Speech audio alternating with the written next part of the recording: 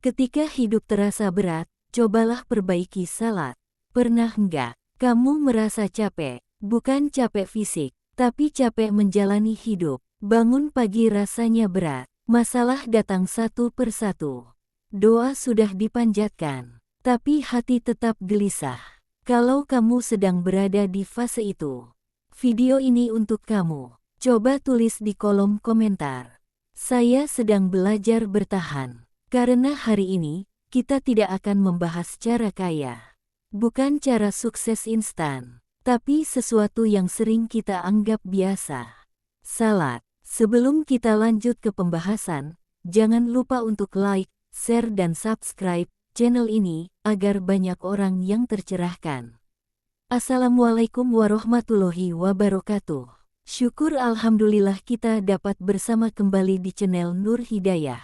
Semoga kita semua senantiasa ada dalam lindungannya, diberi kesehatan lahir dan batin, dimudahkan dalam setiap urusan dunia dan akhirat. Amin ya robbal alamin.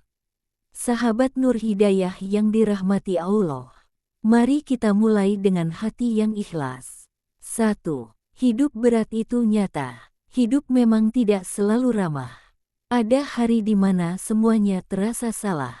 Usaha tidak membuahkan hasil. Hubungan terasa rumit. Hati penuh dengan tanya, kenapa hidupku begini? Menariknya, ketika hidup terasa berat, kita sering mencari solusi kemana-mana.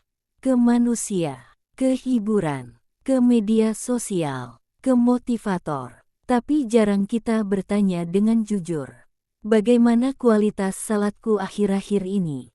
Padahal Allah berfirman, jadikanlah sabar dan salat sebagai penolongmu. Quran Surah Al-Baqarah ayat 45.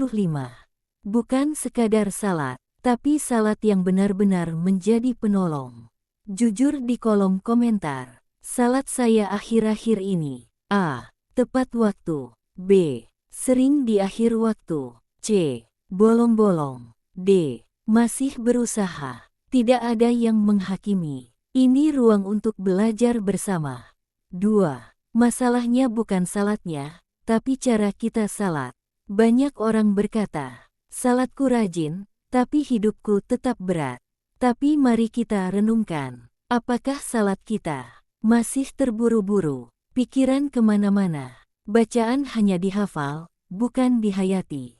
Gerakan sekadar menggugurkan kewajiban. Kalau salat hanya jadi rutinitas, jangan heran jika ia belum menjadi sumber kekuatan.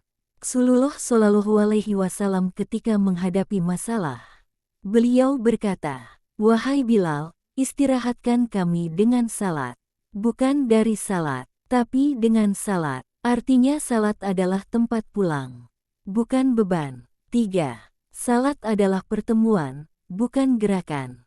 Coba bayangkan ini, saat takbiratul ihram, kita berkata, Allahu Akbar, Allah Maha Besar. Tapi masalah kita masih terasa lebih besar. Saat ruku, kita tunduk, tapi hati kita masih sombong dengan luka. Saat sujud, posisi paling rendah seorang manusia. Tapi justru di sanalah kita paling dekat dengan Allah. Kalau salat kita benar, sujud bukan hanya menempelkan dahi, tapi menurunkan ego. Coba tulis, sujud adalah tempatku pulang, di komentar.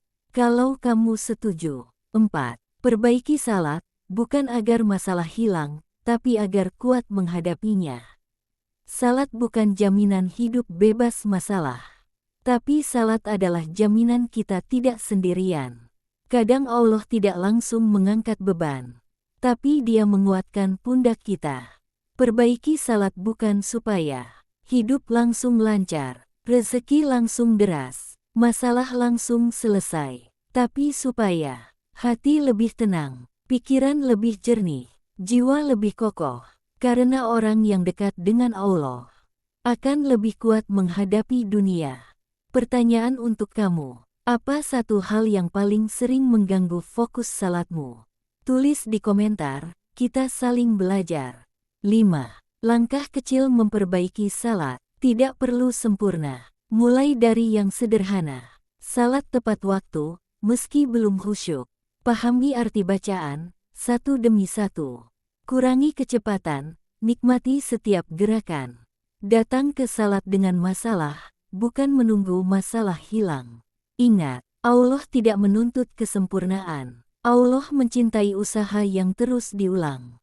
Kalau hari ini hidupmu terasa berat, jangan buru-buru menyerah. Mungkin bukan hidupmu yang harus diperbaiki dulu, tapi hubunganmu dengan Allah.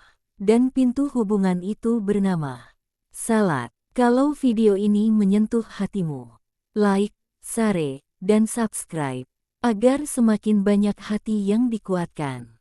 Tulis di komentar, "Ya Allah, aku sedang belajar memperbaiki salatku." Terima kasih telah menyimak sampai akhir. Sampai jumpa di video selanjutnya. Wassalamualaikum warahmatullahi wabarakatuh.